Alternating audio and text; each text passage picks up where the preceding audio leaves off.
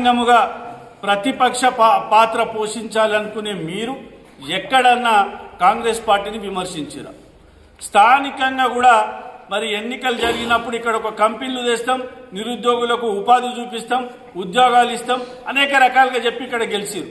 ఇక్కడ గెలిచిన నాయకుల మీద ఎక్కడ మాట్లాడలే, కానీ ఓడిన నాయకుల మీదనే మీరు మాట్లాడుతున్నారు. అంటే కాంగ్రెస్ పార్టీ అంతర్భాగంగా మీరు మాట్లాడుతున్నారు అనడానికి మరి నిదర్శనం. కవిత గారికి ఇంకా మేము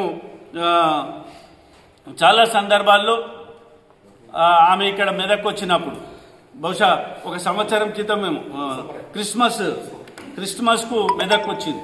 మెదక్ వచ్చినప్పుడు మేము కూడా ఆమెను రిసీవ్ చేసుకున్నాం. ఇక్కడే ఆమె ప్రెస్ మీట్ పెట్టింది. మెదక్ బ్రహ్మాండంగా అభివృద్ధి జరిగింది.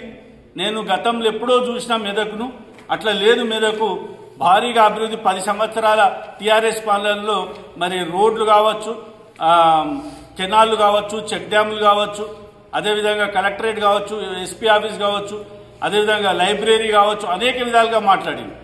కానీ ఎక్కడ కూడా అప్పుడు అభివృద్ధి అయిందని చెప్పిన ఇదే కవిత గారు మీరు పార్టీలోకి వెళ్ళి పోవంగానే నేను మెదక్ ఏదో అద్భుతమైంది అనుకున్నా, కానీ ఇట్లుందా మెదకు అదే అంటే ఈమె 10 సంవత్సరాలుగా మెదక్కు రానట్టు, 10 సంవత్సరాలుగా మెదక్ అంటే తెలియనట్టు, నేను ఏదో అమెరికాలో ఉండే మెదక్ గురించి విన్నా, ఇక్కడ ఇట్లుంది అని చెప్పినట్టు మాట్లాడడం అనేది దురదృష్టకరం.